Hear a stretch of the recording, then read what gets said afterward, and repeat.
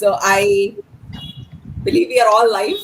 So, a very, very good morning, good afternoon, good evening, because I'm assuming we have audience from different geographies joining us today.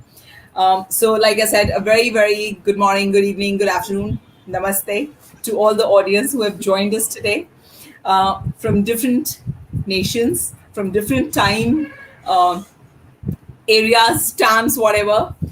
And I don't know if I should start by thanking you, for being here with us, or I should welcome you and thank you at the end. But any which ways, it is a pleasure to know that today, when five women from five distinctive backgrounds, um, they got together with five different perspectives about life. There are people who are willing to listen to us. There are people who are willing to lend an ear and probably have some takeaway from a simple discussion that we are having this morning, evening, whatever. So I'll call it morning. I'm from India. So for everybody's benefit, every time when I say evening, it could be your time zones, guys. But let's keep it easy. And this evening when we are all here, so thank you very much for being with us here today. So what I'll do is I'll quickly introduce you to my four panelists, the gorgeous women you can see on your screen. And when I take your name, I just want you to give, just wave so that people know who, your name's there, but still just wave. So I'm gonna start with Seema. So first up, we have Seema Prabhu, guys. So Seema is a mom of two kids, and hold your shock, guys, when I tell you that she's a mom to a 19-year-old. And so she's a Santur mom. And for those of you who do not get the context of being a Santur mom, so I'll quickly tell, in India, so there's this advertisement where this girl, she has kids, whereas she looks so young that people think she goes to college yet. So that's where this comes from. Seema being a Santur mom, she's so young. She's got a 19-year-old. She doesn't look like that at all. So she stays in London. She's been there for a good 17, 18 years, I guess. Her career has spanned across many things. She's been in the social care industry. She's been in healthcare. She's worked in retail, and as of now, she is a QA engineering manager with OpenSignal. Today when you hear Seema talk, so before you hear her talk, just my 2 cents on what I think about her. I think she's a very, very sorted personality. Somebody who has this aura of calmness around her, and it's going to be a pleasure to listen to her thoughts. So, guys, wherever you are, let's give it up for Seema. All right. Coming up, Anmol. That was a lovely introduction. Thank you so much. Thank you. Moving on, we have Rehab. And I love the name, and that's why I took a moment. So her name is Rehab Lokal. She is a very strong and determined woman from Tunisia. She has been married and she's got 3 amazing kids. And trust me, I bow to you, Rehab. 3 kids. I have 2, and I go nuts and bonkers half the time. So you take it from there. You're like awesome with 3 kids. So, guys, Rehab started about 12 years ago, and as a tester, and since then she's moved on to be an IT recruiter. She's a career coach. Rehab loves public speaking, and trust me, today in this session, when you hear her speak, you will realize that's her forte. The way the kind of command she has over her subject, the way she portrays what she thinks. So she loves it and she rocks at it. So she's pretty good at it. And there's another one thing about Rehab that you should know, that she is very, very determined. She knows how to stick it out. So she came back after a 9-year gap, and from there she came back. She picked up her domain, and she picked up, and now she's a very common face in multiple conferences. So you get to see her more often, and she's done that all after a huge gap. So hats off to you, Rehab, and welcome to the show. Looking forward to hearing your insights. Thank you very much. Thank you, Anmol. All right. So moving up next, we have a rock star with us, and I really mean it figuratively. Um, so we've got Aparajita Mathur. We call her AP. She genuinely is a rock star, guys. Why? You will come to know in during the next 1 hour or something. She is so full of wit, humor, very very easy to know, very very easy to talk to, and I don't know how to put it, and I don't know if it's the right English, but she's very light on you. Sometimes there are certain relationships or friendships or people that who are heavy to deal with. AB is quite the opposite, very very light to know, and it's a pleasure talking to her. She's based out of the Bay Area, and as per her, she's a mother to two. Now, how to? She's got a one very very cute 4-year-old son, but then she has got another one at home, a very handsome. Let's not delve into the age here. Husband, who she thinks is takes more time than her son. So yeah, so that's how she puts it. She comes from a field I find very difficult to pronounce also, so that shows how ignorant I am about this. But she's a bioinformatician. Yeah, I don't know if I got it right, but that's what she does. But she's been in the life sciences industry, guys, an industry, and she works in something which is very, very close to, I think, a lot of people in the world today. She works for Guardant Health, and it's a precision oncology company. So for those of you, if you have any doubts there, her organization works with the detection of cancer in blood. And why I say, this is closer to a lot of people, because I think this is one disease which has hit many a homes these days. So I honestly bow down to you, AP, because we need people like you, people like not, it's not like you're a doctor or something, but people who are actually in the industry that is trying to make lives better, for many many of us, for the ones who suffer, for the ones whose families suffer because of that. So welcome to the show, AB. Looking forward to hearing your perspectives and more about your life. Thank you so much, Anmo. Happy to be here.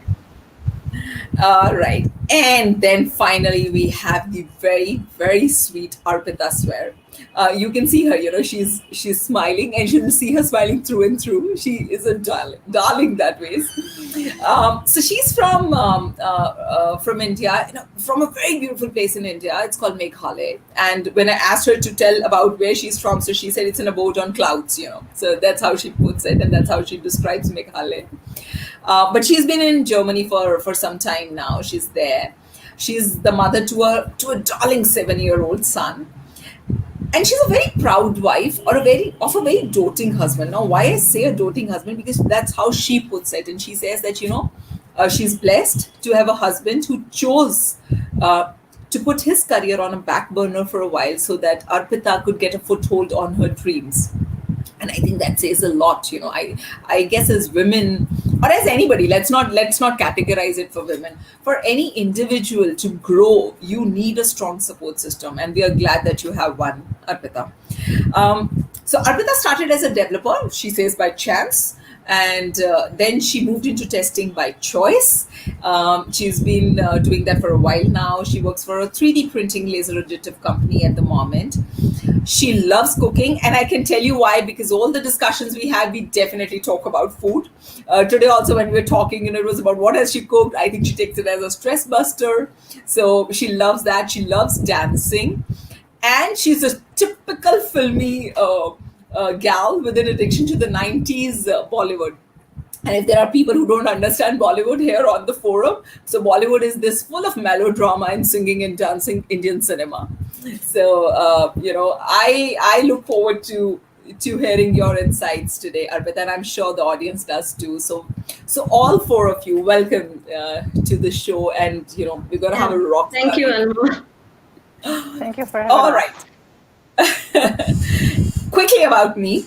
My name is Anmol Jalota. I'm a proud mother of two very beautiful daughters, and at times, and for many many days, I used to think that suffices as an introduction. I think that's more than enough. Where I would go out and say I've got two daughters, and end of it. But then my elder one, she walked up to me one day and she told me, "Mom, you can't be all about us. It has to be about you sometimes. And so yeah, I think I agree. It has to be about me sometimes. My kids definitely define me, but that's not completely who I am. So I started working way back, and when I say way back, and I started as a developer. Then I ventured into playing multiple roles, from a scrum master to a product owner. I've been into project management for quite some time now. I do delivery management. I do account management at the moment. I love speaking on public platforms. I'll try and keep short today, and I'll let the others speak. If I get the mic, I don't give it to anybody. That's how how much I love that area. I love dancing too, so Arpita and I will hit it hop wherever, whenever we meet. I dabble into writing sometimes.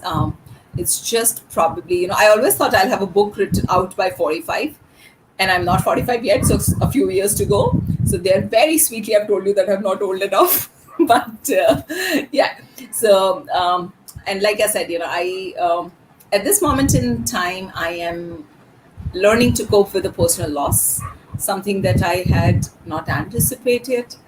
But I guess life has different means of teaching you many things. So I think that's just about me. I'm mighty pleased to be here with you guys today. I hope to have a discussion where everybody who's actually taken out the time today will go back with some takeaway. With go back with at least one line that kind of sticks to their personality and that they carry for life. So I hope each one of us has some takeaway from this meeting today. So quickly, that was introductions. Why are we here? A very pertinent question today. Why are we all here today? We picked up a topic we were discussing, and we thought the journey to the top, a woman's perspective. Now, a very heavy line there, and we all got together. We all got thinking, and we thought, we should talk about it. Very pertinent, but the question is pertinent to who? Is it pertinent to the women? Probably not. When you will hear all four of my panelists talk, you will realize that this is a topic which is pertinent to society on the large. So men and women alike. We have certain prejudices that run in our society, or do we not? Let's hear what these women have to say. Let's hear how. So okay, I'll just jump right into it. I'll start with you, Seema. Since and I'll pick up a thing that we talked about. Since you have a 19-year-old, you've been in the industry for quite some time. You've been there. What does the line "journey to the top" signify for you? What is the significance? What does it mean for you? When you think about it, what do you think it actually? What is the first thought that comes to your mind, and what do you want to talk about related to this topic? Thank you, Anmol.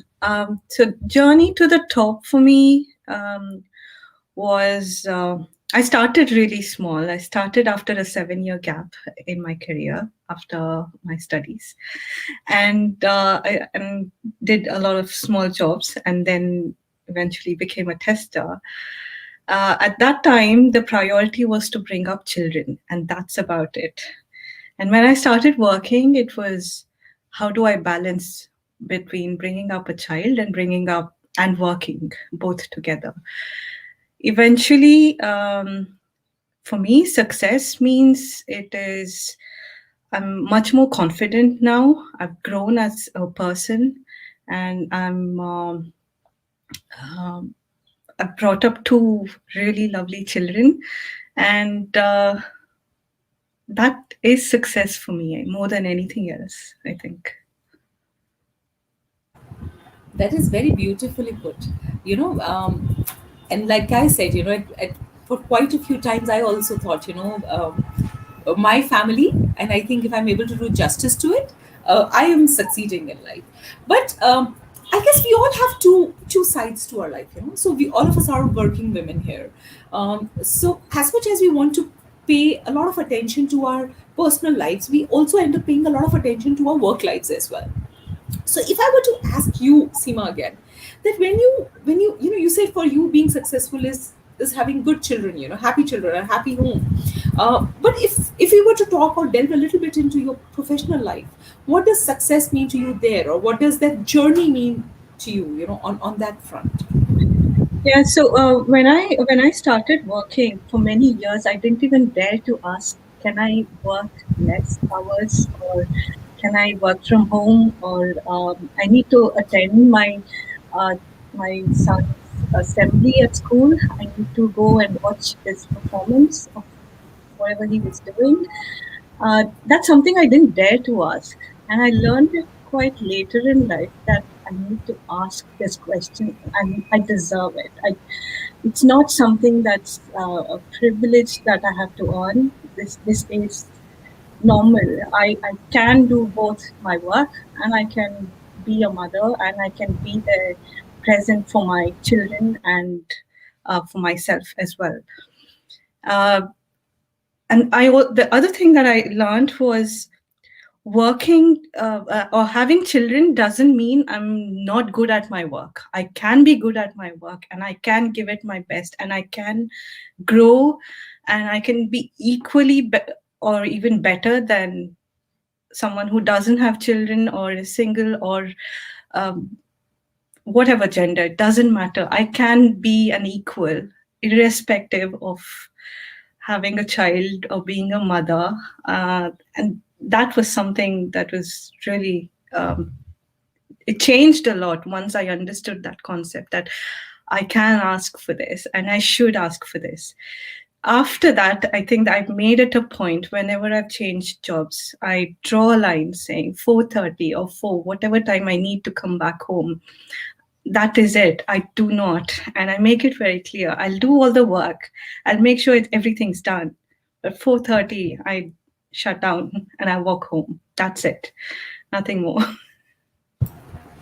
And I totally agree with you there. I get the right to choose. I choose to have a family. I choose to work, and then at the end of the day, it's my prerogative to be able to choose. And I think that kind of says it all. And I also believe in one thing. You said a very beautiful thing that you should ask that question, and I believe that we do not wait till the conditions are perfect to begin. We begin, and that makes the conditions perfect. So that's a huge step. Yeah. And yeah, very well said, Seema there.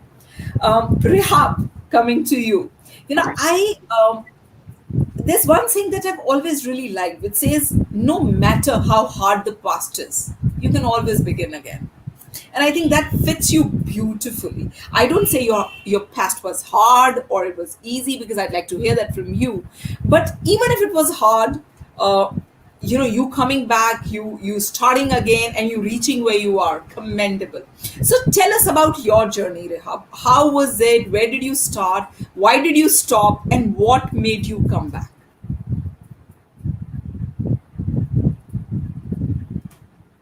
Yeah, actually, thank you, Anmol. I'm speaking to you, and I'm thinking of men and women listening to us right now live, or after that, listening to the recording.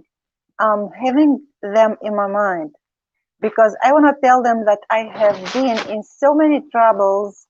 I mean, psychologically, I was thinking like I'm done. I will never get back to work as I was a computer engineer. I'm a computer engineer who worked for 2 years. Then I had my first child and just quit, completely quit.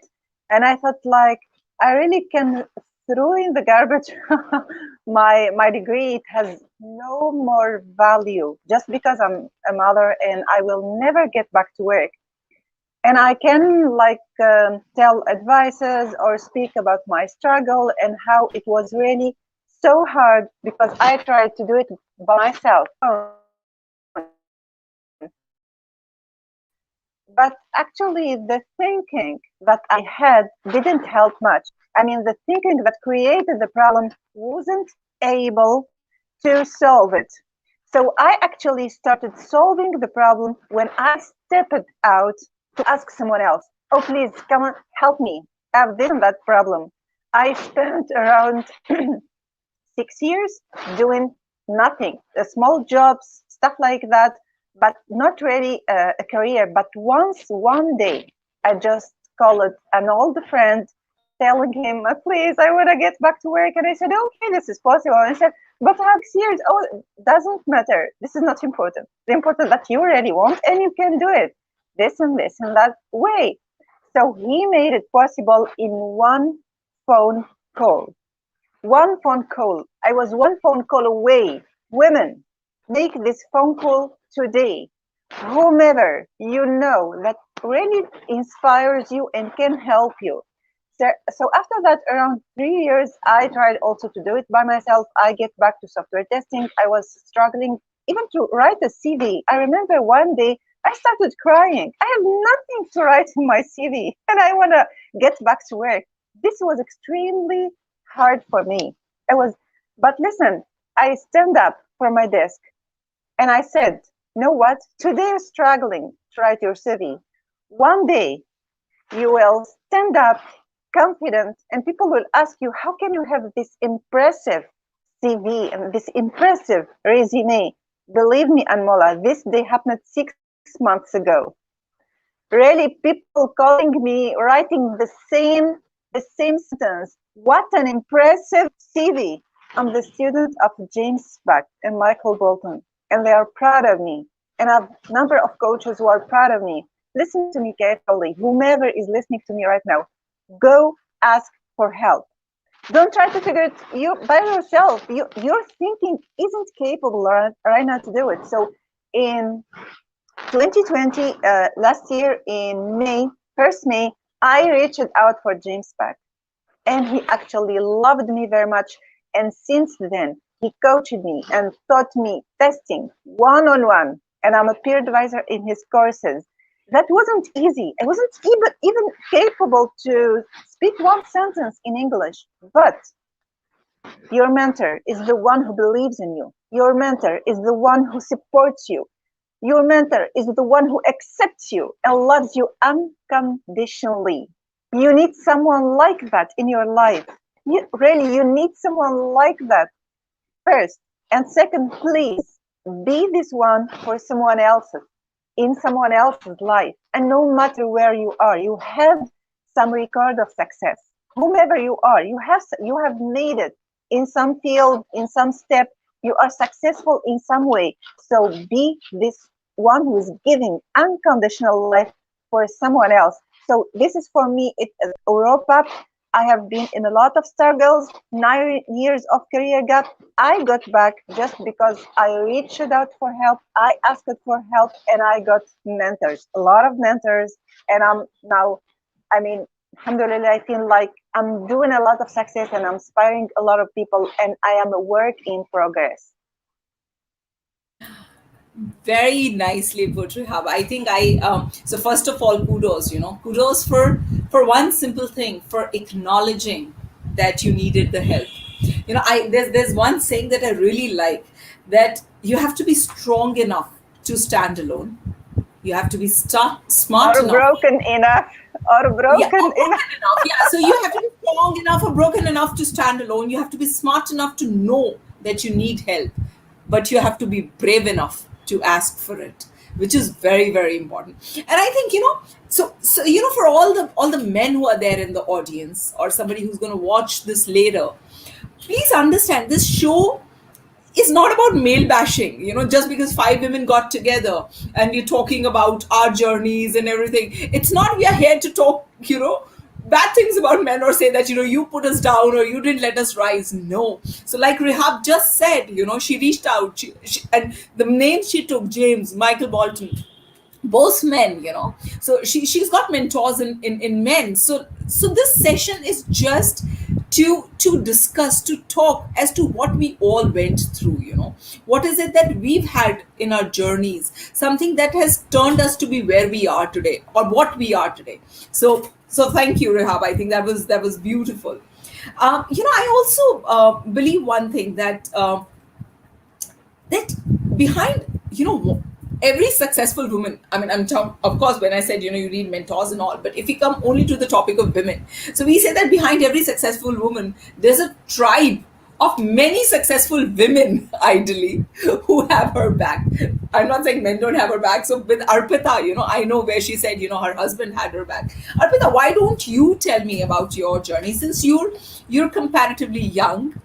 You so Oh my comparatively, I'm not God. saying you're so, but so you started, and you tell me how are you into your journey till now, and what is it that you see moving forward? So wherever you are, where do you see, how did you come here, and what do you see as your future to be? So first of all, thank you, Anmol, for this question. Yeah, it's a very funny journey, or I can say bit harsh, bumpy journey I had. I'm from Northeast Meghalaya, as you mentioned, and it's not typically that you will get everything in ease there. So I am coming from a family where we are two sisters, and father and mother have always said that you have to do and stand in your own feet. Whatever you want to do, you have to do yourself. So that was something which was in my mind. I always wanted to be a doctor, a cardiac surgeon, but couldn't. And suddenly I went to engineering. And after that, the journey starts. I traveled 7 to 8 states and stayed in Maharashtra, did my studies, was trying for a job. Yeah, I after trying of like struggling, literally struggling. The movies, as you were telling, right, the melodrama. So it is in movies, but it has happened with me. I struggled a lot for the job, and when I first got the chance, it was in 2008 in Hyderabad. So I started my career there as a developer. But there I could understand that the things which I'm doing is something wrong. It's not what I want to do. Because yes, engineering, which I never wanted to do, again, if I'm going to some way which I do not want to do, maybe it will end to a null or a void space where I would not find myself happy. So I always feel that if you are happy from inside, then you can do many miracles. So there I chose myself to become a tester. Yes, many asked me why it's not means a developer, and why a tester. Developers get good salaries. You are yourself actually blocking your the salary structure or whatever coming to you in future as a tester. But I don't know, that's something what I figured out is good for me. So that's how I started. Yes, the journey was bumpy again. Yeah, I got good colleagues, really, and that's where I started to build myself. Back of mind, I was always like, yes, I have to do something different, which should not be just keeping myself into testing. So yeah, that's where I keep my passion awake of cooking always. And there was a time when it was very sad, or it was a strike in my journey of career. I lost my job and I was fired. And that day, I understood that you are nothing. Arpita, what you are doing, it's something which is not correct happening to you in your life. And do you deserve that?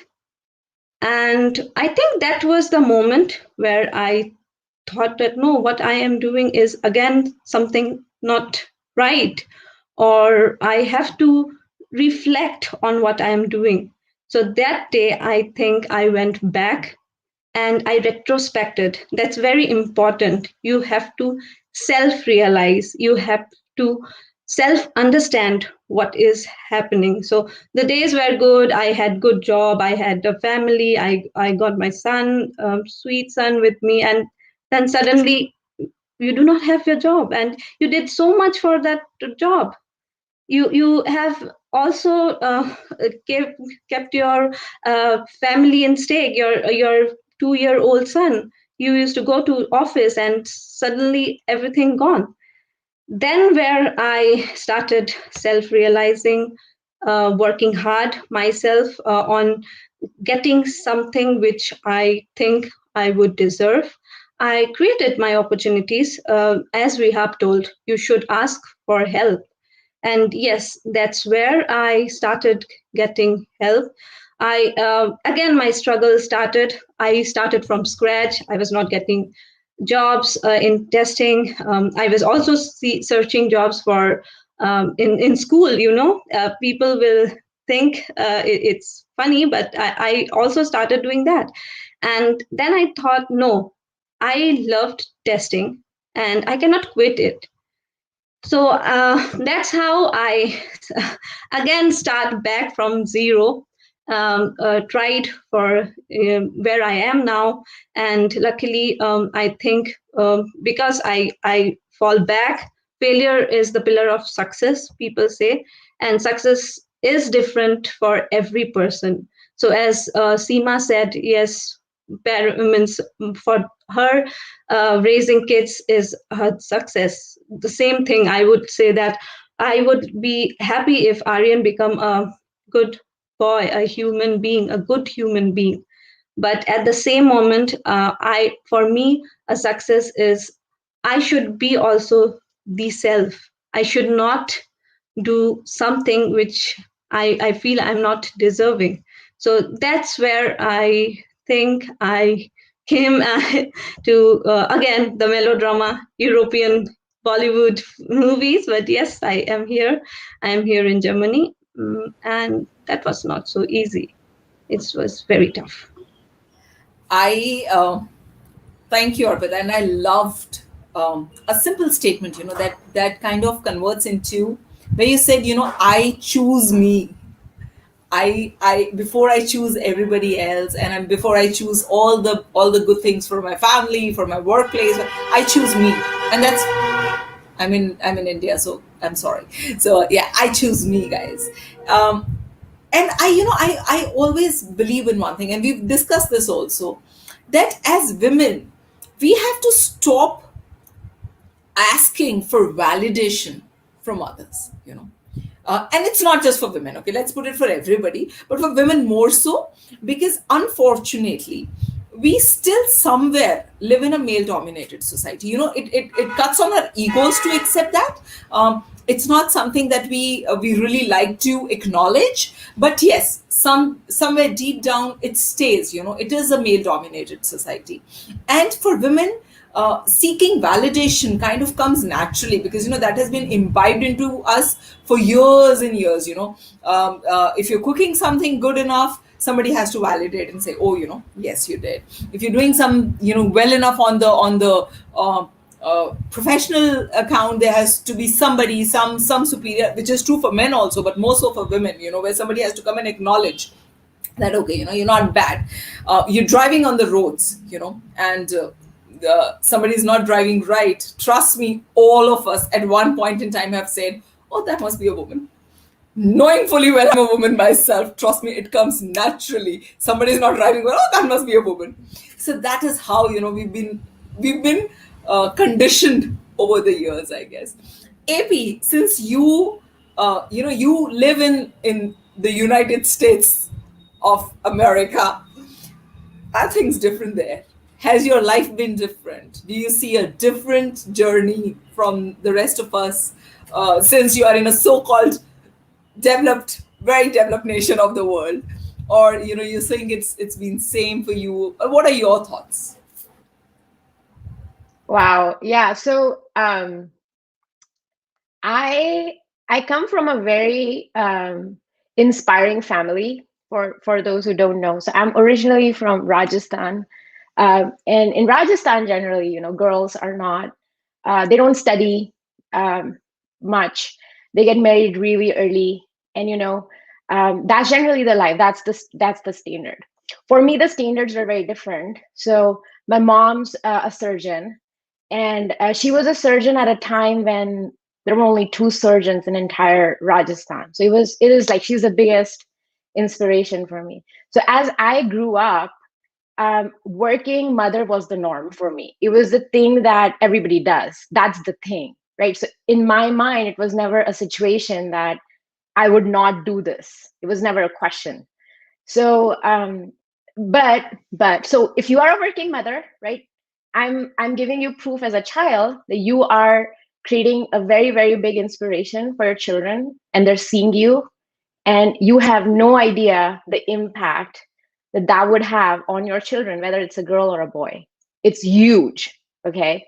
So don't discredit that. And I'm saying that firsthand because I've seen my mom, I've seen her struggles, I've seen her work. So I'm very ambitious from the very start. And I've done anything and everything that someone has told me not to do. That's generally my thing. So if somebody says, AP, you cannot do this, or that's just, don't do that. Why are you going to go study outside of your house? I'm like, of course I'm going to go study outside of my house.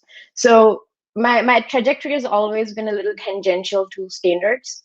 So that's been hard on my family, I guess, but that's just my personality in general. So when I came to the United States with that ambitious and mindset, I always thought of success as a ladder. That was my mindset, right? I thought of, ladders, if you like physically. I knew where I wanted to go from the very start, very early age. I knew this is what I wanted to do. I always wanted to be in the field of bioinformatics or biotechnology. That's where I started. I haven't moved. And, it was like a ladder, maybe shifts here or there, but it's always a ladder. And then one of the most miraculous things happened to me. I had my son.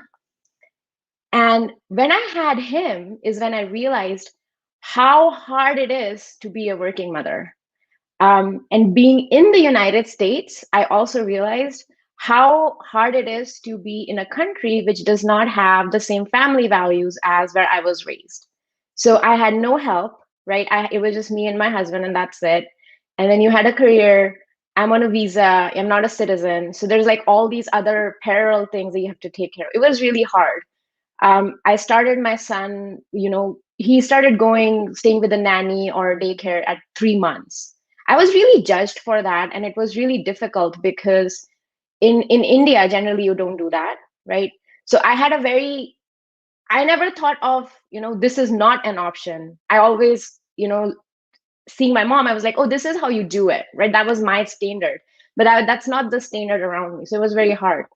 But after 1 or 2 years of being a mother and navigating that, I realized that for me, success is not a ladder anymore. It's like a hike. It really is like a hike on different mountains. So you go up, you're uncomfortable, you're really uncomfortable, you're climbing up, you reach the top, there's something beautiful, you see something beautiful, it's amazing, you look at that view, you absorb it, and then you continue. You don't just stay there, right? So you keep moving, and each pillar is different. It can be family. You guys have shared that. It can be work. It can be, learning something new that you never knew. So like COVID times, I learned how to cook. I'm a horrible cook, but I think in the last year, now I'm a fantastic cook. I can have all of you guys over for dinner with no problem. So I think it's more of a hike for me now than a ladder. And I think I feel successful, and I feel the journey on the top is when I'm uncomfortable. If I'm comfortable, I'm sitting at a view that's constant, I don't feel very comfortable. So I think that uncomfortableness of, a hike, like you're learning something, whatever it is, doesn't matter. I think that for me is the journey. It took me a moment to absorb all of that, but that was very beautiful. And since you talked about it, I just trying to put it in 4 lines that I remembered, because when you said, we need to keep moving. So I know I read it somewhere, and it said, if you can't fly, then run. If you can't run, then walk. If you can't walk, then crawl. But by all means, keep moving. And I think that is very, very important for a lot of us. And you're right, it's a choice. I think I keep coming back to the same things over and over again. It's a choice. Like, I know, I've never been ambitious, trust me. But when I started, early on in my career, I know I got this manager, and he once told me, and he said, Anmol, when both the spouses are in the same line of work, um, after a while, one of you will have to make your career horizontal. So both of you can't keep it vertical if you want to have a good home life balance. And you're young, you're pretty young, and honestly, I don't want to use that word, but I looked up to him and I was like, what an MCP. Let's not go into the full form of an MCP. And it's like, oh, all men are like that. But trust me, I think over the years, the choices that I made somehow were pretty aligned with that thought.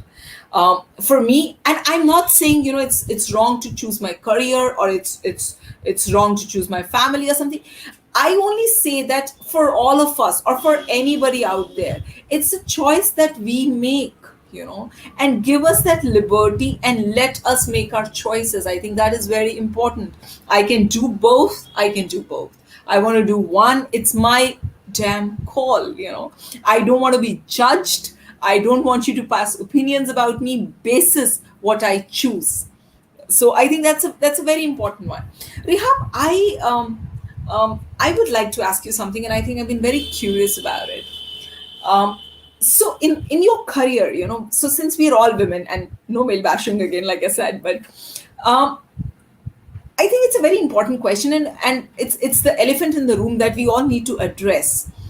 Do we actually face prejudices or biases at work, from men, or at home? Okay, let's not just keep it to work.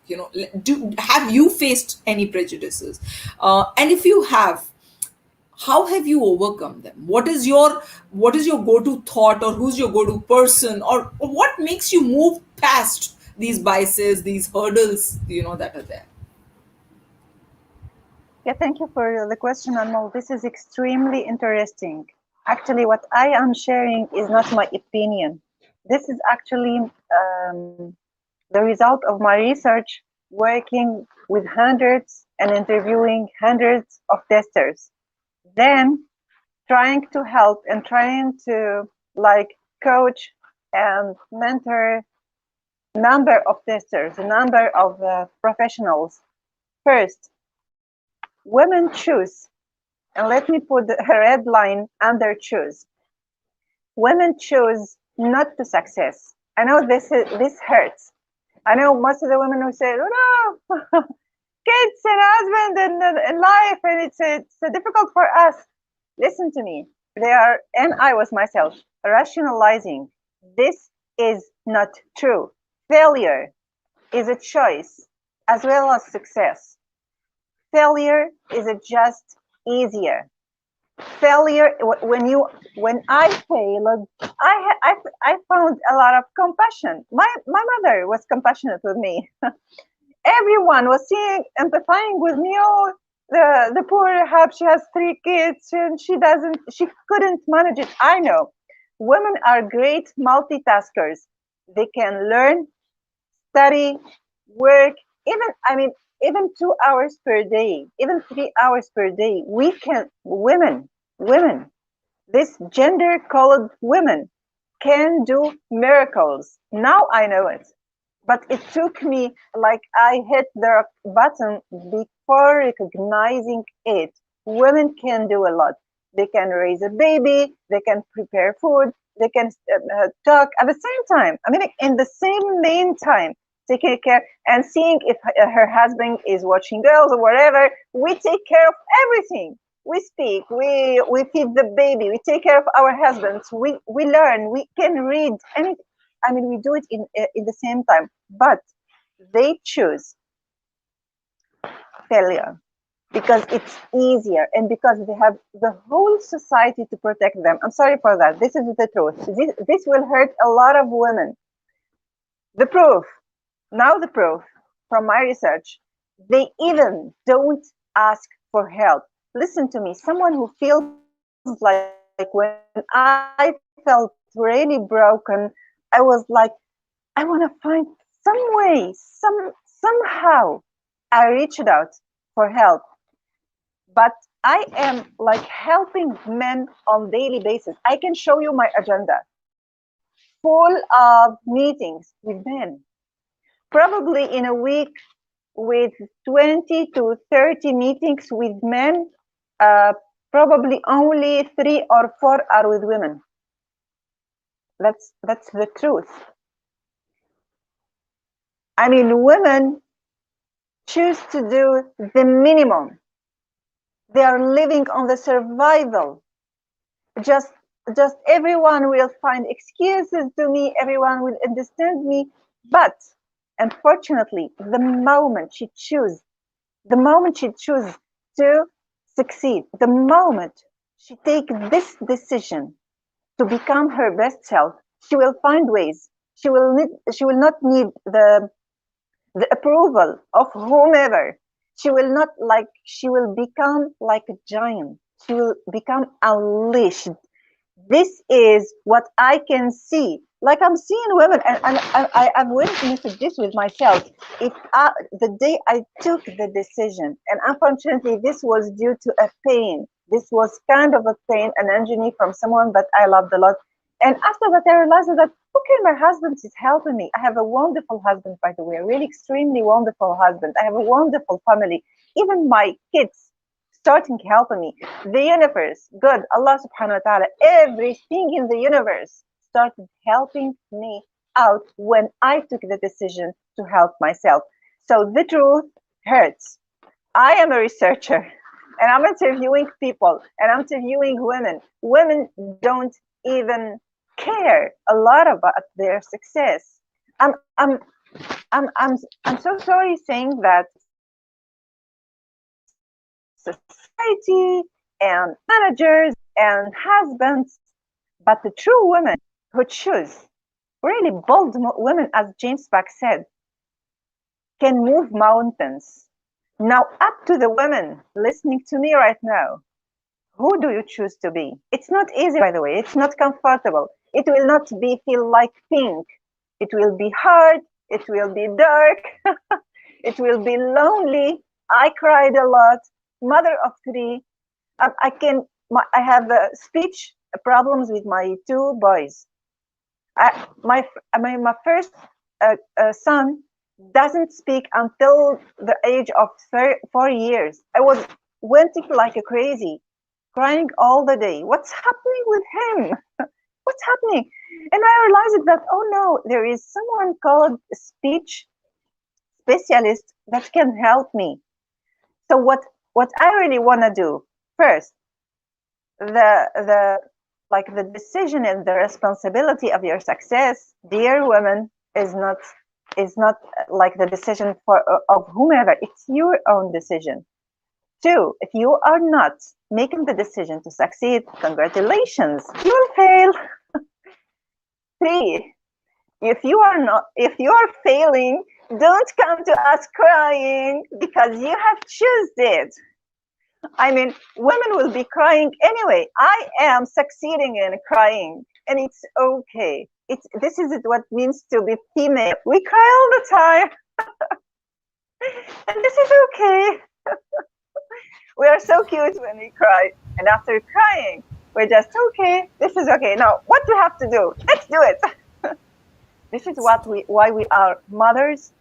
This is why we are stronger than men. This is the truth, by the way. And our tears and struggles make us even more strong. I mean, this is the truth as far as I can see it in my research and in my day-to-day life. Sorry if it hurts you. If it hurts you, I mean, the one who is listening to us, it really resonated with her, especially. Good news. There is some hope. Good news. There is something alive inside of you that you want to get out.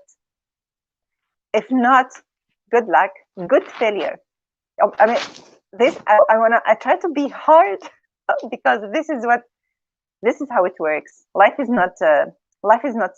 Life is not pink, but it's still worth living. I think that was beautiful, Rehab. Honestly, and so I saw a couple of messages there where people say that you're still, you're mentoring a few of them, and that's true. I have to stop playing the victim card. So I see Brijesh saying that Rehab is helping me right now. She's coaching me, and for someone like Brijesh to come up and say that you're coaching him, and then again it comes back to this acknowledging that you're taking the help that you need, which is amazing. And we need people like you, and I wouldn't say we need women like you, we need people like you. There is no male female concept here. We need people who uplift other people. That's as simple as that. Once we move past the crab mentality, I can reach the top of my own accord. I don't need to pull the other person down. And once we understand that, I think life becomes easier for many of us. I know Rehab has to go, guys, so we will carry on with three stunning ladies, but Rehab has to go for now. And if you have something to ask Rehab, put it in the window, and we'll make sure she gets back to you on those questions. Thank you, Rehab, for all your time. It was a pleasure talking to you. Thank you for being with us. Thank you. Bye-bye. All right, so we were talking about the prejudices, and I remember in one of our conversations offline, when we group chatted, the women, I know Seema brought up a very pertinent point at one point in time, and she said, in my life, at some point in time, I've heard something that you're allowed to work. What does that mean for you? How does that translate to where you are now? How does that statement, allowed to work, how has it changed your life, Seema? Yeah. So many times I've heard this, not just in my life, but in conversations with a lot of people. I was allowed to work. I've been allowed to travel on work, or I've been allowed to do certain activities. And my question then was, why do we need that permission? And why do you need that permission from someone else? I am independent woman, and I'm working, I'm bringing up a family. I don't need anybody's permission to be doing anything, for that matter. But it should be my own option to say, this is what I want to do, or this is what I don't want to do. But it shouldn't be a permission given to you at all. I agree. I don't need that permission. Do you think, Arpita, that we make ourselves the victims? Do you think, as women, like Rehab said, it's the easier option? It's the easier option to just let people kind of tell you what to do, to go with what society demands of you, or whatever. You think we do that? Do you think we've been doing it for years, out of our own choice? Or do you think that genuinely somewhere society at large has had a major hand in how do you put it, in subduing us? What are your thoughts around this? Thank you, Anmol. This is a very critical question, maybe. Yeah, so I would like to put it in this way.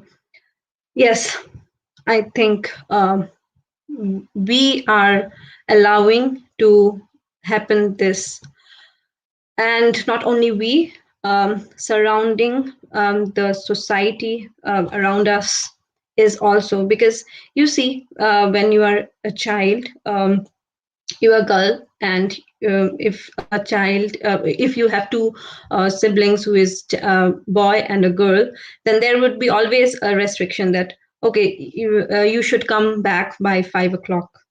And at the boy, same time, if he's going out, you should come back. Okay, it's okay if it's after 7 also. So these things starts from the house or the society, and there where I think we start feeling we do not get the courage, or we cannot come out of that comfort zone. And that's where we allow people to say the same, what Seema was telling, that people are asking that you are allowed to do. So the point I would like to state today to the whole society, men or women, anyone who is seeing this, we should stop giving biases for the genders. First of all the parents, all the family members should stop a point, because everyone is telling we should go towards gender equality of gender, but no one is doing that from their mind. The mindset is still in ages behind, and particularly from the country where we are from. I think that's still there, but I can see here also in the Western world, it's a bit similar. People doesn't speak so much about that, but it's there, the restrictions for the girls. So I think yes, that's coming from ours. We should start coming out. We should start coming out of our comfort zone, and then we should start telling no. You are no one to allow us. It's our choice, as Seema just now told. So I guess yes, we are also the part of that journey. We everyone have to come out of that mindset. The mindset has to change. That's nowhere this 21st century, the challenge to change and gender equality. If you only speak and give these hashtags and the privileges you give to the woman, inclusion, these would not help until and unless the mindset of each woman and man changes. Very valid point, Arpita, and I totally agree. And I think since we started talking, this kind of took a very um, serious turn. And why I say serious is because this is a topic that many women like us must be talking, sitting, having this conversation over tea. You sit in groups, you sit in office, because this is, I believe everybody's had some impact somewhere. There's one saying that I really like, where it says that we realize the importance of our voices only when we are silenced. So till the time you're not silenced, you don't really realize what's missing. So yeah, I think society in general uh, leans towards a woman who doesn't have a voice. So that woman is the epitome of elegance and grace, and somebody you would take to your mother. But if you have an opinion, and if you're ready to voice it, um, you are not you do not stand in that line of elegant women sometimes. Unfortunately, I've seen it many a times. Not at my not at home, by God's grace. I've had a very liberal family, touch wood, a great husband. But yes, I guess in my career, years of where I've worked through different organizations, I am not supposed to have a voice, one. And God forbid I do have an opinion. I mean, I'm not supposed to have an opinion, one. And God forbid I do have an opinion, I don't have to voice it. So yes, that is something that I've seen. I've lived through it. AP, I'd like to know from you honestly.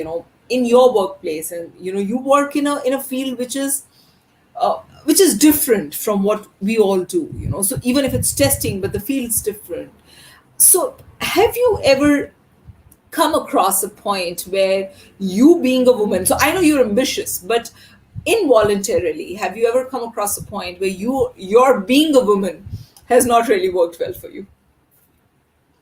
Of course. Many times it hasn't worked in my favor. And I'm really, given a lot of the training and the field that I work in, I'm very data oriented. So I didn't really believe in gender bias for a very long period, right? And I thought it was just something, maybe people are not doing there's not much bias. But as my life changed with family, getting married, just me not being me, I have a bigger identity in that sense, just outside of a project that I'm a wife, I'm a mom, I'm a daughter. As that extended and as my roles and responsibilities increased, yes, I have seen bias. And it was very shocking, really, because it took me a long time to really even understand that this was actually bias based on gender, or bias based on the situation I was in at the time. Um, my only way of dealing with that is I don't tolerate it. So I try to influence. That's generally my way. So I'll talk to people. I'll try and see if instead of just yelling, talking to different people with the way of influence, if that helps alleviate the situation. If it doesn't, I I don't I just don't stay there. And this is not just in professional life, this is also in personal life. I've been in situations which are very difficult, which are biased. I'll give you I cannot erase this memory from my brain. So we were at a family function once, and we were having dinner, and this is like elaborate family dinners, Indian style dinners. And someone really high up in the family chain, right? A male person, they told me, hey, Project, I think you should learn to cook. Um, and I was like, what? Like, I was just genuinely confused. So I was like, what? And they were like, yeah, your husband cooks really well. I think you should learn to cook. And I was like, yeah, you're right. My husband does cook really well. But what gave you the impression that I don't know how to cook? Just because it's not a passion, just because every weekend I'm not researching a recipe, doesn't mean that I cannot cook and put food on the table for my family. Sure, I cannot cook, 50 cuisines because it's not my passion. It's okay. But, I can make a meal and I can serve it, and I can serve it to 15 people, right? So what gave you the impression that I cannot cook? And it got very uncomfortable for them because they were in this family setting. They're like really high up the chain in the family hierarchy, and I'm the youngest person in the family asking them this question. So they didn't continue that conversation after that. But once that room started getting empty, at least 5 other females from that family came up to me, and they were like, good job, but they were whispering in my ear. And I was like, dude, why didn't you just defend me when that comment came? You've been to my house, you've had dinner. Why didn't you defend me? So I think problem is 2 parts. One is we tolerate it, right? We don't say anything. And then second, other people around us tolerate it, even though they know it's not right. And 90% of the time, at least for me, it has been women who knew it was wrong, but they would not come out and say, hey, this is not correct. So either you can lead by example, right? You can go and it's not easy, right? I'm not the most popular person in my family, just to be honest. But it's not easy. But then second, I think it helps, right? Like it paves ways for other people who might be in a similar situation. And then more than anything else, Anmol, like I think it allows me to live with myself because I spoke up more than any. I think and I've been in situations where I haven't spoken up, right? I just absorbed and I'm in shock and I'm like, I don't know what just happened. That has also happened. But 5 days later, I'm still thinking about the same situation and what I should have done and how I should have not, fixed it and this and that. So now either I just don't, either I speak up or I don't tolerate. It's either of the two. I That's been my mechanism of dealing with it. But if you are seeing this, and if you have been in situations where you've seen biases happening, family or professionally, speak up. Even if you don't speak up, go talk to that person afterwards, because that also helps. Sometimes just somebody coming and telling you, hey, it's okay, I've faced this, or I know it's a really hard situation and that was not right. Even that helps. So do that, provide that support if you've seen this happening. So do it. second, third, fourth, fifth, your thought. I don't know, so I just wanted to say. But that is very, very important. I agree. Like I said, women are not supposed to have a voice. So if you have one, it's very important. I'll tell you a very funny incident, and since I've remembered it for as long, it's been, 15 years now. So my daughter was born, and so like everywhere, people come bearing gifts, and I went to my mom's house, and a couple of neighbors came to meet, and I'm talking 15 years ago. So this lady walks up to me and she gets me 11 rupees. So 11 Indian rupees, and she puts it in my hand and she says, you had this girl, and this is, we call it shagun, So I got it. Okay, thank you so much. And that was all good, till then. And then she looks at me and she says, next time you have a boy, I'll give more. And trust me, I mean, I was zapped for a second. I didn't know what to do. And then, me being me, I put the 11 rupees in her hand and I said, Auntie, save for next time. If I do have a boy, else it's all yours. So it's like, and my mom, and she was, she was standing somewhere. She was like, I could literally hear her clapping, and she was, oh my god, what do? You, although she says, know to keep your mouth shut sometimes, but she said, I'm so, so proud of you. So just to let you know, I'm a single child, and so my parents had me. I'm a girl. I have two daughters. So for their lineage, it's finished. So my father passed away about 6 years ago, and my mother passed away last month. And it's over. The family per se, their family name, where she came, it's over because no sons to take it forward. But trust me, the pride they had in their eyes when they looked at me, my daughters. Sorry, I'm having a moment, but it was, I think people should take that step back. I think if my parents could learn, my parents were smart enough to understand that there's no difference between a girl and a boy. Why is it difficult for others? Why is it so difficult? I know I cremated both my parents, since there was no boy. And we have to go to this holy place called Haridwar, and you have these pundits there, and they looked at me and they said, oh, you did it, oh, you are the one doing the rituals, which is probably not acceptable. And 6 years ago it wasn't acceptable at all. So you break those barriers, and I didn't do it to prove a point. I did it because they were my parents. I'm not going to call somebody from the road and say, hey, a boy has to do it, you come and do it. I have been that child, and my father would never come up and say, you're my boy. My father would come up and say, you're my child. There's no comparison. Why am I supposed to be a boy? I'm as good as a girl, right? So it's like, all of us are putting together. It's what we make ourselves to be. It's where we put our foot down. It's what we choose to carry forward. So it is our legacy to build, and we need to accept that. We need to honor that. We need to honor the fact that we are given by God. We are given everything that a boy has been given. If we choose not to make the best of it, then it's on us at the end of the day. We just can't find people and falter them for not giving us the opportunity. So before I move further, I would like to take a moment to thank Mulya and Testbox. They've been our sponsors for this event. Thank you very much, because with you, it has been a possibility to come together to have these, I would say, heart-wrenching conversations, a conversation that, for me at least, I would carry a lot of it with me today. So yeah, thank you, Testbox, and thank you, Mulya, for being our sponsors for tonight.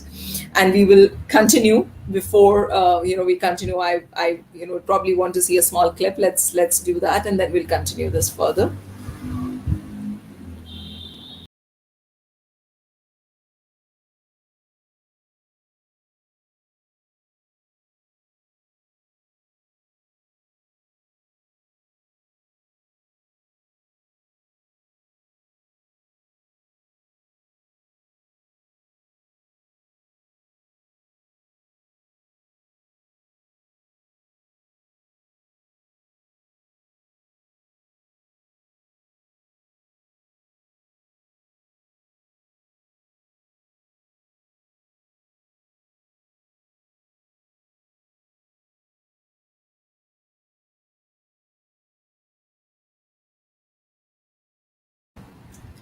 Thank you. That was great. Welcome back, guys. So before we move further, I just wanted to know, if the audience had any questions, I would want to, if someone can highlight for me if there is something that the audience would like to ask, and we would, the girls would love to share their thoughts. And before, so I think I've said it many a times. I'm just reiterating here. We are not gurus. We are not here talking about how life should be. We are not here telling you how to live your life. We are just 4 or 5 women who got together, who had certain life experiences, and we thought, let's just share them with you. What you choose to do with what we did with our lives, you want to take that back home and probably do something that one of us has done, or you have a completely different thought on how to live your life. Like I said, absolutely your choice. So we are not subject matter experts here. This is not something, this is not a technical conversation that we are having and we're saying, okay, I know the steps and I know how to go about it. It's just what we think, it's just what our life has been. It's a sum total of our experiences. So I see a question where they say, what's the one thing you want should change and can be changed easily but not getting changed? Now this is a question which is very if you could put in a little, so changed in what respect, changed in society per se. So if that's what you're asking, let's ask Seema. So what do you think, what should change in society, Seema? And which which is not getting changed as per you?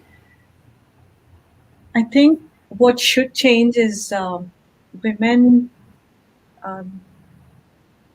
We don't need cheerleaders all the time. We are not self-promoting most often. We don't know how to take credit for what we do, or even just be happy with the successes that we have.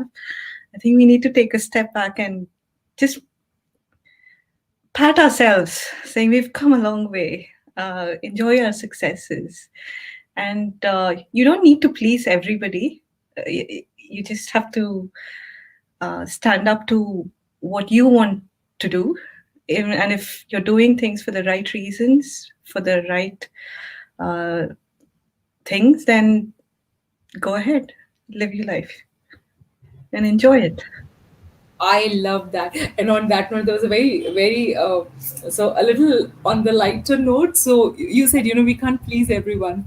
So, I read somewhere we can't please everyone. We're not tequila. So, It's true. We try so much to please everyone.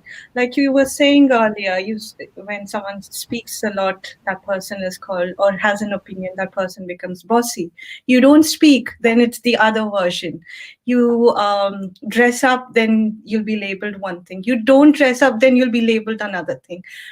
Any which way you go, someone's going to say something. There's no way you can please anybody. So just be yourself, be comfortable in your own skin, and it's okay if you fail, it's okay if you make a mistake. Just stand up and accept it. That's fine. And I think most often we forget to laugh at it. Just smile at it. It's okay, whatever it is. beautiful. Laugh And about then it. again, I loved it. And I don't know if you have an all Hindi audience here, and I just want to say, so there's this very beautiful song where it says, "Kuch to log kahenge, logo ka kaam hai kehna." Yeah. थोड़ा बेकार की बातों में कहीं बीत ना जाए रहना, and which is very true. And I wouldn't put it past us also. We also speak. Trust me, and I would be lying if I say that I don't gossip or I don't talk about things. But sometimes, we tend to forget that there's a very fine line between gossiping and then being bitchy, or again, why use the word bitchy, because it pertains to a female. So, but crossing that line is always easy, I guess. I loved what Seema said. Just be yourself, be happy. I'm not here to please everybody. About And the women, about the women thing. I know we quite often see women not helping each other, or women talking about women. We talk about that, but I think men talk about as well, and so do women. But it hurts us more when women talk about us. It's just again, another unconscious bias that we have. We're okay with men talking about it, because we've accepted that society. But when women do the same thing, we say, "Oh, she's bitching about me," or "She's not helping about, she's not being supportive towards me," or something like that. So it's general. Men and women do this, talking behind, laughing about. They do it. We just get hurt with some things. Fair enough. Arpita, tell me something. So since you moved to Germany, and you said that your husband put his career on a back burner for a while, and you got a foothold on your dreams. You made it happen for yourself. Do you regret any of it? At any point in time, do you sit back and think, oh, I wish as society dictates, my husband should have taken the reins of the house, and I could have given up for him. Do you ever feel that? Is there any regret ever? Yeah, to be honest, yes, one or two times. But then again, as I mentioned earlier, I started retrospecting. I start always self-realizing what I am thinking about. So then, when I think back of few years back, when I had to do this similar stuff, and he had to pursue his career, then I have done that, right? So ever male means not only for my husband, but anyone else, a male would think that my wife is sacrificing for my career. Would they regret? I don't know the answer. I don't have the answer at all. But I felt somewhere it's a balance between the partners. You have to go a limit ahead from husband and wife to a partner where you mutually understand yourself, both of you. So when he needed to do something, I was there standing, holding back to the family, and I did all what I can do for him. The time when it came for him, he's doing that. And that's how the society, I think this is only a story of a family of my, which I'm sharing, but I think if in society, in real life, in practically, we all start thinking in this way, that the balance should not only come from the leader who is a lady or the leader who is a man, but from both, or the members who are men, and members who are women. They balance it. They mutually help each other. Then you won't feel that regret. Yes, you have to sacrifice, and that's what I have chosen. I have chosen that I would do this because I have few ambitions, and I am ambitious. I don't worry to say that, and I don't feel or I regret to say that I'm ambitious. I am. I have chosen to be ambitious. I should not regret what has happened. So as you also mentioned, right, we have to move on. So few things we have to reiterate, as you mentioned earlier, but I think regrets will only bring all the tears and all the sad memories in you. Always be happy in from inside. Then you can achieve many things miraculously. Very well said, Arpita. I Thank you. I had only one. I was thinking about something. So we and again, I keep reiterating because I don't know how many men are there on this group, and that's not my intent. But it's a question that bugs me quite a few times, and I'd like to understand that: do men feel threatened by strong women? Is it because you know we don't see so we see very few women on the top, and when I say on the top, on the playing senior roles in organizations, and I'm only talking professionally. So when you're playing those senior roles, you do not see a lot of women. And I in many organizations currently, we've just seen that there's a drive where they say we need more women in leadership and stuff. why do you think till now women have not been, seen in those roles? Is it because men are threatened and they don't give them those roles? Is it because we have held ourselves back long enough and we've somewhere in our heads, convinced ourselves that we are not ready for that role, we are not fit for that role? What do you think is the reason? AP, can you share your thoughts? Sure. So I'll go back to data. I actually did significant amount of research on this for one of the talks. Um, uh, I think last year. I don't remember exactly when. And we were talking about this earlier. We were talking about the glass ceiling, right? And breaking the glass ceiling. So glass ceiling is like, an imaginary sort of a roof, and women trying to get up, that ladder to break it, whatever that ceiling might be for you. So if you're talking about leadership positions, there's data, at least, this data comes primarily from North America, United States. But even in United States, they say that the reason, if you are a woman, or more so if you are a woman of color, right, your chances of moving up reduces as you go up the ladder. And why is that? The biggest hurdle that they have found in moving up is the first management role, believe it or not. So women are not able, once they go into that first leadership role or first management role, they skyrocket. No one's there to stop them. It's that first leadership position that is what they generally don't get to. And that's why, you don't see as many leaders up. Now, why could that be? And this is not my opinion. I'm just like, I have my own opinions, but this is primarily based on data and research.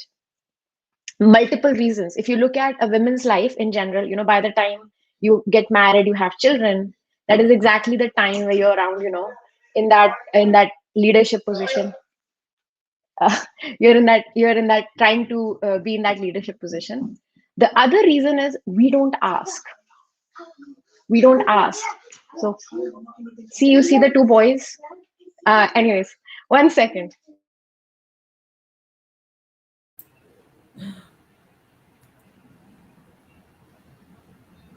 I have to That's babysit both not of them. managing at all. That's not managing. Gosh. So AP just went back and said, and she didn't utter a word. She just stared and she said, "Okay, we'll talk about it later. For right now, you take."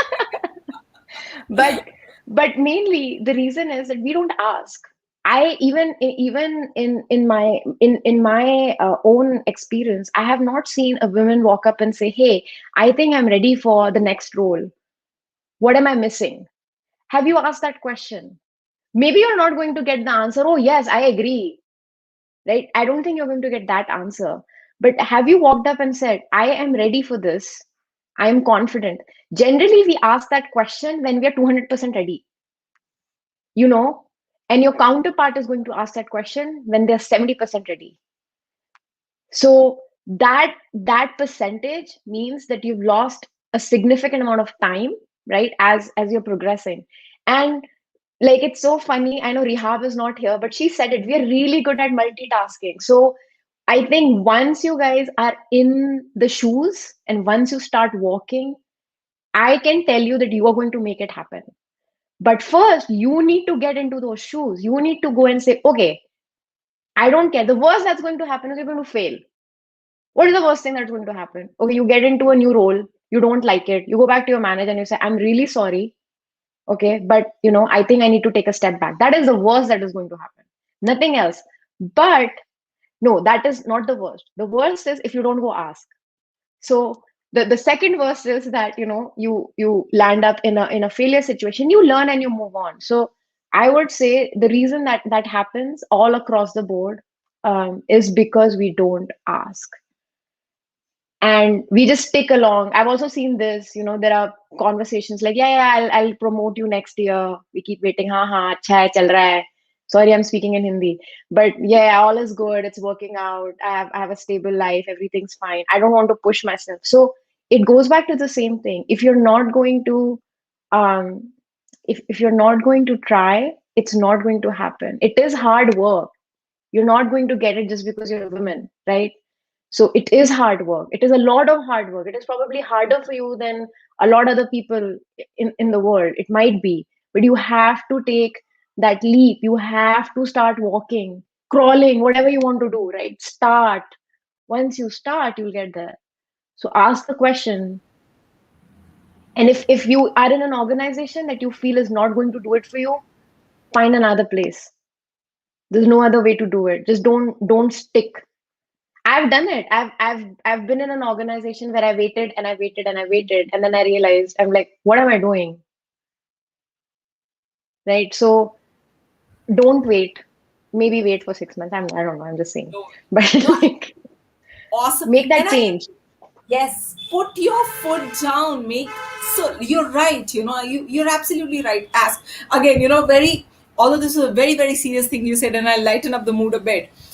So when I go out, and which I don't usually, you go out and you buy vegetables, and I'm very bad at it. Trust me, my husband does it, and if he's listening in right now, so you don't have to publicize it that much. But okay, so you go and buy vegetables, and I know I would stand with him and.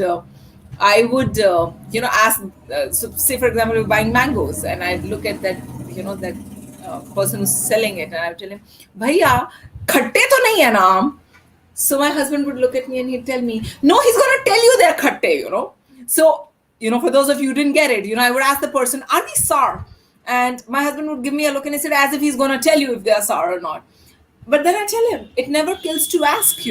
Tomorrow, I can go back to him and tell him, see, I asked, and still they were not sweet enough. So you're lying. So he asked me, what good does it do? I said, doesn't have to do any good. Next time, maybe he won't cheat me. Maybe he would have the balls to tell me on my face that, no, ma'am, don't buy these. They're not as sweet as you want them to be. So it never kills to ask. It's, and that was on a very lighter note, but what AP said is very, very true. I use the word have the balls to ask. Sorry, I don't know if we are supposed to use those words here or not. But again, we are using something which does not come from a matriarchal society. We are again using the words which are very specific to boys here. But that says it all. I guess we've built up a society where everything's strong and everything gets related to men automatically. So that's one thing. Coming to that point, I was asking Arpita something. So Arpita's name is Arpita Swear. So before we started this, I asked her, how do you pronounce it, and is it Swear? She said, yeah. So she told me that's my grandmother's name. So she said, I come from a matriarchal society. Yes. Do we really have that in today's times? Do we really know that a society like that exists? I know we've read about it, we've heard about it, some tribe, somewhere. Even though we are educated women, even though we are, we are living in different corners of the world, we rarely do come to hear about a matriarchal society, if there is one. So Arpita, 2 minutes, but tell me more about it. I'm very, very curious. So yes, thank you for this question, and I'm proud that my surname is my grandmom's surname, and I think my father is also proud that he has his mother's surname. So as I mentioned, I'm from Meghalaya, Shillong. So the tribes, there are 3 tribes: Khasi, Garo, and Jaintia. So these 3 tribes actually specifies the matriarch society, and it is still a living society where all the kids take their mom's surname. But yeah, many rules and laws are coming again to stop that. I don't know why. That's again a question, why this should be stopped. So but this society is why matriarch, I will say. You will see 80% of the women there are working, and you just see the statistics. All the men's, they stay back home, and are the homemakers. So you would see this the tribal ladies, if you see, they are more stronger than any men there, because they're working hard outside, they're working hard at home, but they are they are signifying the epitome of woman, saying that yes, we are elegant, we are fearless, and we can do things. So I think this came from many, many years ago, because this was their tribe, and they they they keep it. But that's sad, the world doesn't know that a matriarch society exists. And if you ask in India, or means maybe my friends and who are from Meghalaya or from Northeast would know that, but others won't know that, or few in northeastern parts, tribes, they come from that. So this actually came where the homemakers were mostly the boys, and the sole earners are the women. So there is a interesting thing behind. So if you are young, and the youngest girl, they celebrate if a girl is born, and they do not like if a boy is born. So I think, yeah, half of the population should go there and see that how the celebrations. When you were telling about that 11 rupees shagun, I was just thinking that it's totally different in our case, in our society, from where I belong to. So yeah, because if you are marrying the youngest girl, the boy have to become the what to say, ghar jamai. Sorry again. So the boy have to go to the girl's house and have to take care of the girl's house with their mom and dad. So that's very interesting. People doesn't know, but that shows that how strong women could be. And this is not now. This is from ages. So True. why they can have that society, why can't we have in the whole world a balanced society? We should have a balanced society. Fair enough. Fair enough. So I I'm know. gonna say, Anmol, I'm gonna tell you something. I really want to share this. So I've heard enough, right? I've heard father, mother, and all that. I'm gonna give you a biological fact. I want everybody to go Google it. So everybody knows that we have chromosomes, right? So we get one Yes. set from our mom and one set from our dad, Hmm. and then Yes. XX is female, XY is sorry, yeah, and XY is male. What we don't know is every single one of us gets what's called mitochondrial DNA from our mothers. Yes. Okay, and the amount of mitochondrial DNA in your body is much larger than the other DNA that you have. Okay, so lineage biologically, you know, um, continues. It doesn't matter. As a nature source, mitochondrial DNA from your mother exists. And only in the women, it, if you have a women lineage, so in matriarchal form, it will continue in that form with mitochondrial DNA. And that is how you trace back to ancestral locations for females, because they don't have a Y chromosome. It's really interesting. I want you guys to read about it. But the other cool thing is, if you have been to India, you might have heard the word Shakti, or what is called power, right? And mitochondrial DNA is the source of power for ourselves. So it makes a lot of sense when I kind of correlate culture and biology. Hmm. But I want you guys to go read about it. It is not true that you don't get anything from your mother. You actually get way more from your mother than you get it from your dad. So go read about it. I again on that note, so you speak something and then I remember. So people, so I'm very bad at, at looking at kids and saying, oh, who? So your friends have kids and they come and ask you, oh, who does the kid look like, me or my husband? I was like, sorry, no idea. So you have to show me twins to tell me they're twins, and then I'll know, okay, they're twins. So that's how bad I'm at matching faces. So when somebody asks me, who do your girls go after? I said, me, of course. I said, like, why is that? I said, they're pretty just like me, they're intelligent just like me, and then nothing else matters. So at the end of the day, it's just me. So everything good from me, and that's how it's just on a lighter note. But I guess we've had a very an amazing discussion today. I loved every part of it. Every part where we sat and talked about our challenges, where we talked about, where we need to take a stand, where we talked about how we need to stop acting as victims, how we need mentors, how women need to mentor more. Um, all of it, I guess, all of it has in some way touched me. I'm sure there are a lot of people who've been touched in one way or the other. So I know we are running short on time. So quickly, if I were to ask you, and since we talked about a lot of things, I know people sometimes get, how much can you take home? There's only as much as you can carry from a conversation.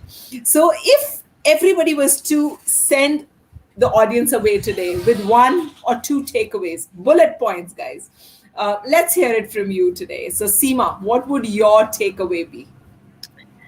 I think you've summed it up really, really well. And what I would like to what I would like everyone to take away is, don't just be compassionate for others, be self-compassionate as well.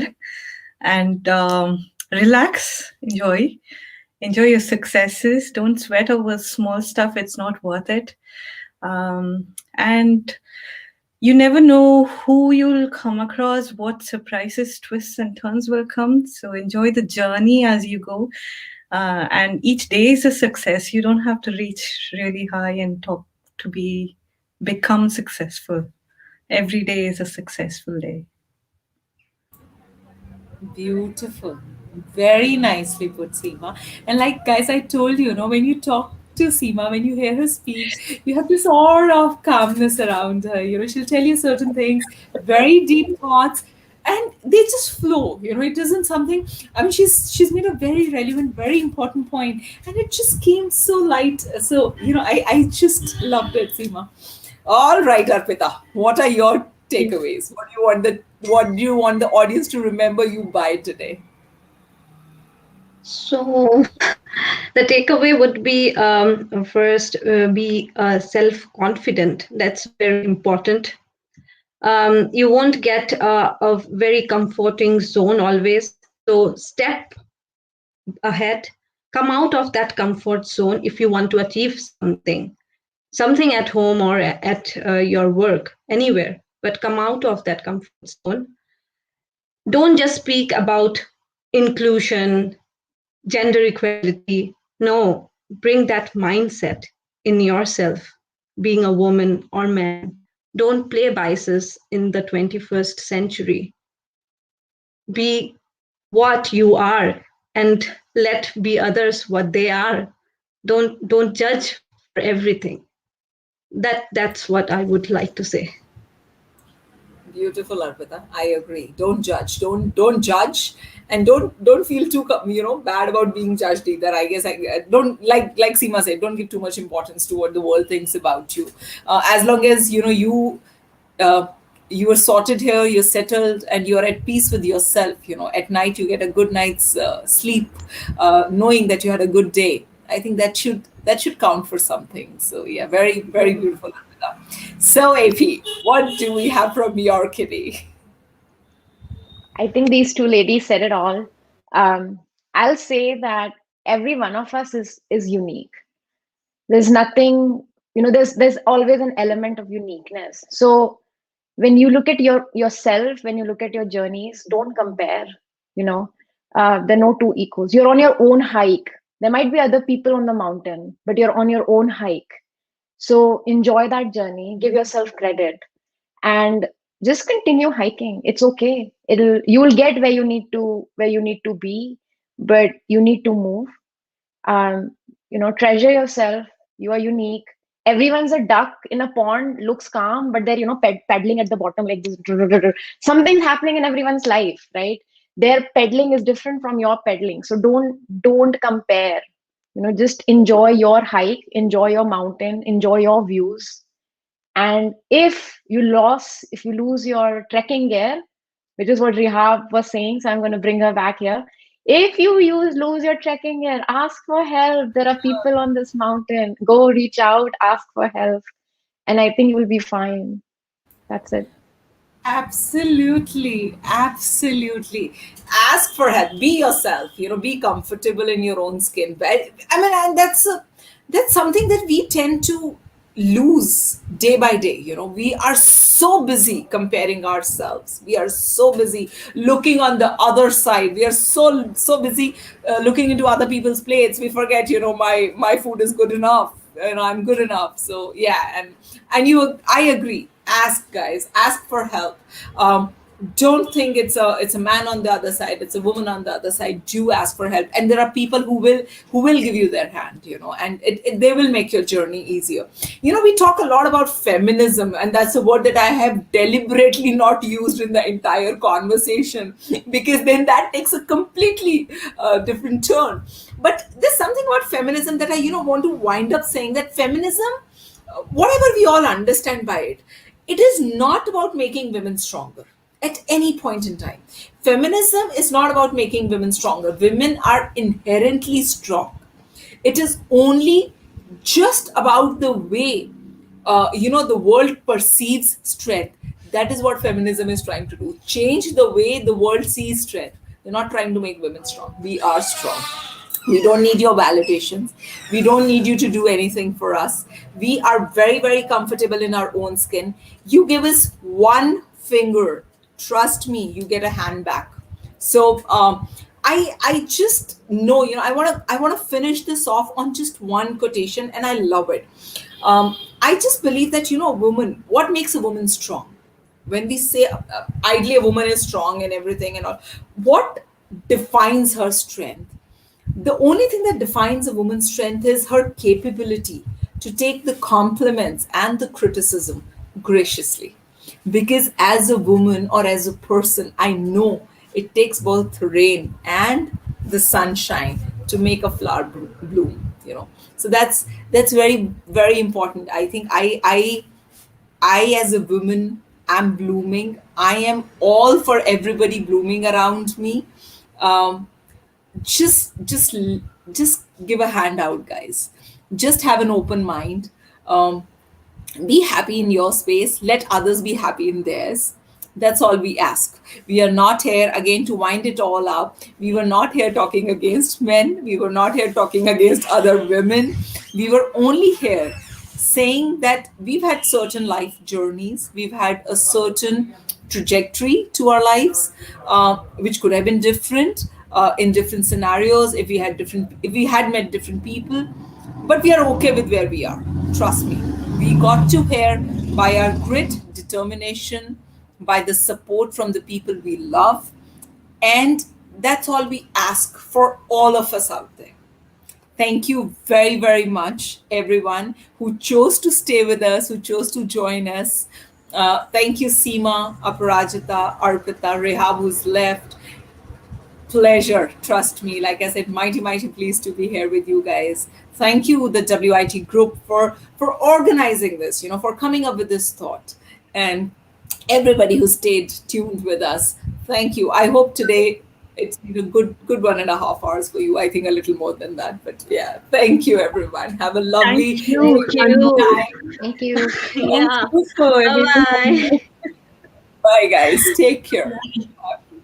Bye. Thank you, audiences. Bye. Bye.